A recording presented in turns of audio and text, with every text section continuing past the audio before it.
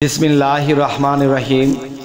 हे समस्त जगतबासी, आज आमी शामीम आলী চিশতি আপনাদের সামনে যে আলোচনাটি নিয়ে হাজির হলাম সে আলোচনাটি হলো, দেখুন যে কখন কোন সময় আপনি কোরআনের সূরা পাঠ করলে আপনি কাফের হয়ে যাবেন। কাফের তো নয়, শুধু শিরককারী হয়ে যাবেন। শিরক কি? যে শিরক বিষয়টা হলো, আমরা এটাই বুঝি যে আল্লাহ এক, আল্লাহ অদ্বিতীয়। যদি আমরা বলি আরেক আল্লাহ আছে, আরেক আল্লাহর পায়রবি আমরা করি, তখনই আমাদের শিরক হয়ে যাবে। তাহলে কখন কোন টাইমে সূরা পাঠ করলে আপনি কাফের হয়ে যাবেন? অবশ্যই এই জিনিসটি অনেকের মনে একটা ধাক্কা দিবে, কি বলল রে, লোকটাকে ভালো মনে করি, জ্ঞানী মনে করি, লোকটাতে কি বলল। দেখেন, কোরআনের সূরা আমরা যখন পাঠ করব, বুঝতে হবে এই সূরাগুলো আল্লাহ কখন কোন টাইমে কোন প্রয়োজনে কেন হযরত মুহাম্মদ সাল্লাল্লাহু আলাইহি সাল্লামের কাছে প্রেরণ করেছেন ওহীর মাধ্যমে। যে নবীজি সামনে কি করবে সেই ফয়সালাটা এসে গেছে। নবী পিছনে যে পয়গম্বররা এসেছিল তাদের বিষয়ে কথা বলা হয়েছে। যেমন জাকারিয়া নবীর যে দুর্দশা, যে গাছের মধ্যে সে আশ্রয় চাইতে যাইয়া বিপদগ্রস্ত হয়েছিল, সেটাও তোলা আছে। কোরআন শরীফের ভিতরে শয়তানের কথা আছে, মকরুমের কথা আছে, কাফেরের কথা আছে। তাহলে আমাদের মূল উদ্দেশ্য, মূল বিষয়টা কি? যে আমরা আল্লাহর ইবাদত করব। আর নামাজ ফার্সি শব্দ, বাংলা কি? স্মরণ করা। কাকে স্মরণ করা? আল্লাহকে স্মরণ করা। এখন দেখা গেছে, দেখেন, আমরা যখন সূরা পাঠ করি আর যখন নামাজে দাঁড়াই, তখন আমরা কিন্তু কোনো বাজ বিচার রাখি না যে কোন সূরা কখন কিভাবে পাঠ করব। যেমন মনে করেন, নামাজে দাঁড়ানোর পর আমরা কি যে সূরা ফাতিহা দিয়ে শুরু করি। সূরা ফাতিহার মধ্যে যেমন আল্লাহকে বলা হচ্ছে সিরাতুল মুস্তাকিম, যে হে আল্লাহ আমাদেরকে সিরাতুল মুস্তাকিমের পথ দান করুন। এটা শুধু বলেই গেলাম, যাক, সেই সাবজেক্টেও যাব না। আজকের মূলত সাবজেক্ট হলো কখন কিভাবে আমরা কোন টাইমে বা কোন পরিস্থিতিতে আমরা সূরা পাঠ করলে কাফের হয়ে যাব, শিরককারী হয়ে যাব। সেটি হলো, নামাজ শুধু আল্লাহর জন্য। আমরা যখন নামাজে দাঁড়িয়েছি তখন আমরা কি পড়তেছি? যে সূরা কাফিরুন পড়তেছি, এরপরে সূরা ইজাজা পড়তেছি, এরপরে বিভিন্ন সূরা পাঠ করতেছি। এই সূরাগুলো পাঠ করতে যাইয়া এখানে দেখা গেছে বিভিন্ন সূরাতে কাফেরের কথা এসেছে, নবীদের কথা এসেছে, বা বিভিন্ন কাহিনীর মাধ্যমে শয়তানের কথা এসেছে। তো এখন আমরা কি করেছি? যে সেই শয়তানের কথাও বলতেছি, কাফেরের কথাও বলছি। হ্যাঁ, এমন কিছু বলতে বলতে তখন দেখা যায় কি, আমাদের মূল উদ্দেশ্য ছিল কি, যে একমাত্র আল্লাহকে ছাড়া কাউকে ভাবা যাবে না, কারো কথা মুখে বলা যাবে না, কাউকে ভাবাও যাবে না। যদি করি, প্রথমে হব কাফের, দ্বিতীয়ত হব শিরককারী। আর পৃথিবীতে অন্য অন্য গুনার মাপ থাকলেও শিরকি গুনার মাপ নেই। অনেকেই ভাববেন যে এই কথাগুলো কি আগে বলেছি কিনা। আগে বলা হলেও আজকের কথাটি একটু ব্যতিক্রম। সেটি দেখেন, যেমন সূরা লাহাব যদি আমরা পড়তে যাই, বা তাব্বাত ইয়াদা পড়তে গেলে, যে তাব্বাত ইয়াদা আবিল হাবি ওয়া তাব্বা মা আগনা আনহু মালহু, এখানেও কিন্তু কাফেরের কথা এসেছে। যে আল্লাহকে মানত না, যে নবীকে মানত না, সে তো কাফের। তাহলে নামাজে দাঁড়িয়েছি, শুধু আল্লাহকে ভাববো, আল্লাহর কথাগুলোই বলবো, এখানে কাফেরের নাম উচ্চারণ করছি। তাহলে নামাজের মধ্যে আল্লাহ ব্যতীত যদি কাউকে আমরা স্মরণ না করি, তাহলে কিন্তু যে সেই কাফেরের কথা স্মরণ হচ্ছে, বা তার কথা আমি বলতেছি নামাজে দাঁড়িয়ে। কেন?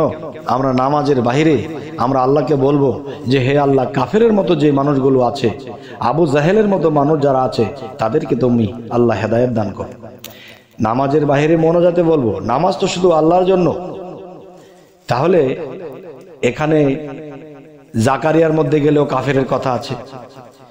তাহলে আমরা কি করতেছি? তাহলে আজকের কথা হলো কি, কোন কোন টাইমে কখন আমরা সূরা পাঠ করলে, কোন সূরা পাঠ করলে আমরা কাফের হব, শিরককারী হব, যে গুনার কখনো ক্ষমা হয় না। তাহলে এবার আসবো, তাহলে কি নামাজ পড়বো না, তাহলে কি সূরা পাঠ করবো না, সেটা আমি বলবো না। এটা আপনাদের জ্ঞানের উপর ভার। আপনারা বুঝবেন, যে জ্ঞানের সাথে খেলাবেন, যে নামাজের মধ্যে একমাত্র আল্লাহ ব্যতীত কারো নাম নেওয়া যাবে না, কাউকে ভাবাও যাবে না, কারো নাম বলাও যাবে না একমাত্র আল্লাহ ব্যতীত। তাহলে এখানে কি করা হচ্ছে? এটা আপনাদের জ্ঞানে যেটা সাড়া দেবে সেটা করবেন, আমার কথা শোনার দরকার নেই। এবার আসবো যে দেখেন যে পৃথিবীতে সাধকের কথাও কিন্তু আল্লাহ কোরআনে বলেছে, সূরা ইনসিরাতে, সূরা সাফাতে, যে যারা আমার পথে সাধনায় আত্মনিয়োগ করে তাদেরকে আমি পরিচালনা করি। তাহলে আল্লাহ পরিচালনা করে এই কথাটা বলছে কাদেরকে? সাধকদেরকে। আর সাধকদের উচিত সাধনা করা, যখনই অবসর পাও সাধনা করো, টাইম টেবিল নেই। তবে এখানে একটা বিষয় দেখেন যে আমরা যখন নামাজে দাঁড়াই তখন কিন্তু দেখবেন ভিতরে একটা ক্যাসেট ঘুরতে থাকে যে আমি দুনিয়াতে কার কাছে বাকি নিয়েছিলাম, কে আমার কাছ থেকে বাকি নিয়েছিল, কার কাছে আমি কত টাকা পাবো, বিভিন্ন কিছু স্মরণ হতে চলেছে। তখন কিন্তু আমি কি হলো যে আমি আল্লাহ বাদে আমি বাহিরে অন্য কাউকে, অন্য কিছুকে আমি স্মরণ করেছি। তাহলে আমি কি করেছি? আল্লাহর সাথে শিরক করেছি, নাউজুবিল্লাহ। তাহলে এই শিরকের কি ক্ষমা আছে? সূরার বাহিরেও কিন্তু শিরক হয়, সূরার মধ্যেও কিন্তু হয়, এটা কিন্তু আমার বুঝেই চলতে হবে ইনশাআল্লাহ। এখন অনেকে বলতে পারেন তাহলে কি আমরা নামাজ পড়তে গিয়ে সূরা পাঠ করব না? হ্যাঁ, তবে এখানে আসি, আল্লাহ যেহেতু সাধকদের কথা বলা হয়েছে যে তোমরা যখনই অবসর পাও সাধনা করো। কি সাধন করবে? কিসের সাধন করবে? বুঝতে হবে। দেখেন যে মানুষের মধ্যে দেখা যায় একটা মানুষ সৃষ্টি পাঁচটা পদার্থে, আগুন, পানি, বাতাস, মাটি, আলো, যাকে আরবিতে আ, বাতস, খাক, বাত, নূর বলা হয়। তাহলে এই পাঁচটা জিনিস আমার মধ্যে শুদ্ধ হতে হবে এবং 10টা ইন্দ্রিয় শক্তি এবং 6টা রিপু আমাদেরকে এদেরকে শায়েস্তা করে বা এদেরকে আহত করে কিংবা এদেরকে সোজা করতে হবে। এরপরে 6টা লতিফাকে আমাদের জাগ্রত করতে হবে। তখন কি হবে?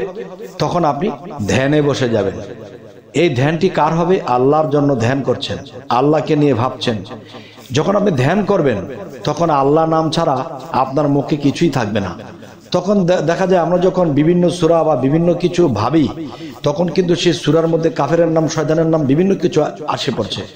আর যখন আমরা নামাজে দাঁড়াই তখন ভিতরে একটা ক্যাসেট ঘুরতে শুরু করেছে যে এটা সেটা বিভিন্ন কিছু মনে পড়তে থাকে। তাহলে এই নামাজে কি আমরা আল্লাহর দর্শন লাভ করতে পারবো? আল্লাহকে কি সন্তুষ্ট করতে পারবো? তবে হ্যাঁ, যে একজন মানুষ যখন নীরের দেশে ডুবে যায়, নীরের দেশে রব আসে, নীরের দেশে যদি কেউ ডুবে যেতে পারে তখন এটাই ঘটে যে ভিতরে আল্লাহ নাম মনে মনে জপতে থাকে, জিকির করতে থাকে, আর আল্লাহকে ভেবে, রাসূলকে ভেবে তখন চোখ দিয়ে পানি ঝরতে থাকে। তখন দেখবেন শরীরের লোমগুলো শিহরে উঠতে থাকে, পৃথিবীর কোনো কিছুই মনে থাকে না। এই জন্য আস্তে আস্তে ধ্যান, কার ধ্যান? আল্লাহর ধ্যান। সেই ধ্যান করতে করতে করতে করতে করতে একসময় মানুষ ডুবে যায়। ডুবে গেলে তো তখন তার নিজের কোনো অস্তিত্বই থাকে না, যে সে কি বসাতে আছে না দাঁড়িয়ে আছে না আকাশে উঠছে নাকি পাতালে চলে যাচ্ছে তার মনেই নেই। সে ডুবে গেছে কোন দরিয়ার মধ্যে যেন সে ডুবে গেছে। তাহলে এরকম ডুবে গেলে তখন কিন্তু আর আমার বলতে কিছু থাকে না। তখন মানুষ ডুবে যায় ডুবে যায়। তখন ডুবুরির মতো ডুবুরি যদি হইতে পারে তাহলে আটলান্টিক মহাসাগরের তলদেশে যখন চলে যায় তখন সেখানে গিয়ে হীরার দানা, মুক্তা দানা আনা যাবে। আর যদি ভেসে যাই তাহলে কিন্তু হবে না, আমরা আবার উল্টা ফেসে যেতে হবে।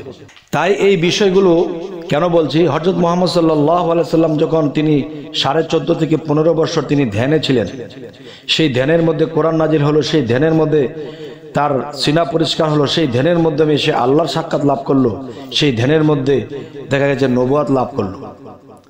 এরপরে 52 বছর বয়সে তখন তিনি আল্লাহর কাছে মেরাজ করে নামাজ এনেছে। নামাজ এনেছে 52 বছরে। তাহলে তিনি নামাজের আগে কি করেছেন? তাহলে হেরা পর্বতের ধ্যান, নিজেকে পবিত্র সমস্ত কিছু করা যখন হয়েছে তখন আল্লাহ ডাক দিয়েছে, দোস্ত তুমি এবার আসো, তোমাকে বোরাকের মাধ্যমে হোক, তোমাকে রবের মাধ্যমে হোক, তোমাকে আমার আরশে আজমে আনবো, তোমার সাথে মোলাকাত হবে, মেরাজ হবে। যদি আমরা সেই মেরাজ ঘটাতে চাই তাহলে আমাদের একটা অজু হলো দেহের অজু পানি দ্বারা, এই দেহটা মাটির সাথে মিশে যাবে। আরেকটা অজু হলো আমাদের আত্মার অজু, সেটি যার যার মুর্শিদ করিয়ে দিবে। সেই আত্মার অজু যদি আমরা করতে পারি তাহলে আমরা সেই পবিত্র হব, আর সেই ক্ষুদ্র পবিত্র সেই মহাপবিত্র সাথে মিশবে, তখনই সে খোদার দিদার লাভ করবে। সুবহানাল্লাহ। তবে যাই হোক, এই সমস্ত জগতবাসী যদি কি এরকম প্রশ্ন করে বসেন যে তাহলে কি সূরা পাঠ করব না, হ্যাঁ সূরা অবশ্যই পাঠ করবেন। কখন, কিভাবে? দেখেন, নবীকে যখন জাদুগ্রস্ত করা হয়েছিল তখন কিন্তু আল্লাহর তরফ হইতে সেই জিবরাইল নাজিল হয়েছে, 3টি সূরা পাঠ করিয়েছিলেন হযরত মুহাম্মদ সাল্লাল্লাহু আলাইহি সাল্লামকে। ওটি পাঠ করার সাথে সাথে জাদু মুক্ত হয়ে গেছে, জাদু সমস্ত কিছু ধ্বংস হয়ে গেছে। তাহলে এখনো সেই সূরা যদি এখনো পর্যন্ত যদি পাঠ করা হয় তাহলে জাদু মন্ত্র নষ্ট হয়ে যায়। তাহলে পিছনের নবীদের কাহিনী বলা হয়েছে কেন?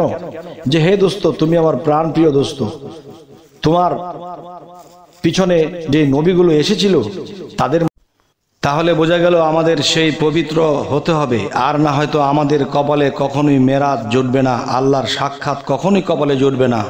যেহেতু আল্লাহ বলেছে দুনিয়াতে যদি কেউ আমাকে না দেখে এবং দেখার চেষ্টাও করলো না, সেই হাসরের দিন অন্ধ হয়ে উঠবে, আর সেই অন্ধ হয়ে আমাদের উঠতে হবে।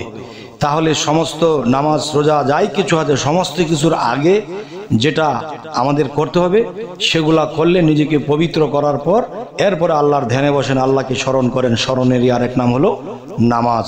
যাই হোক, এই সমস্ত জগতবাসী কথা এতটুকু বেশি একটা বলবো না। তবে আমাদের এই আলোচনা যদি আপনাদের ভালো লাগে তো অবশ্যই সাবস্ক্রাইব করে নেবেন, পরবর্তীতে যেন ভালো আলোচনা এনে দিতে পারি। সকলে ভালো থাকবেন। আল্লাহ হাফিজ।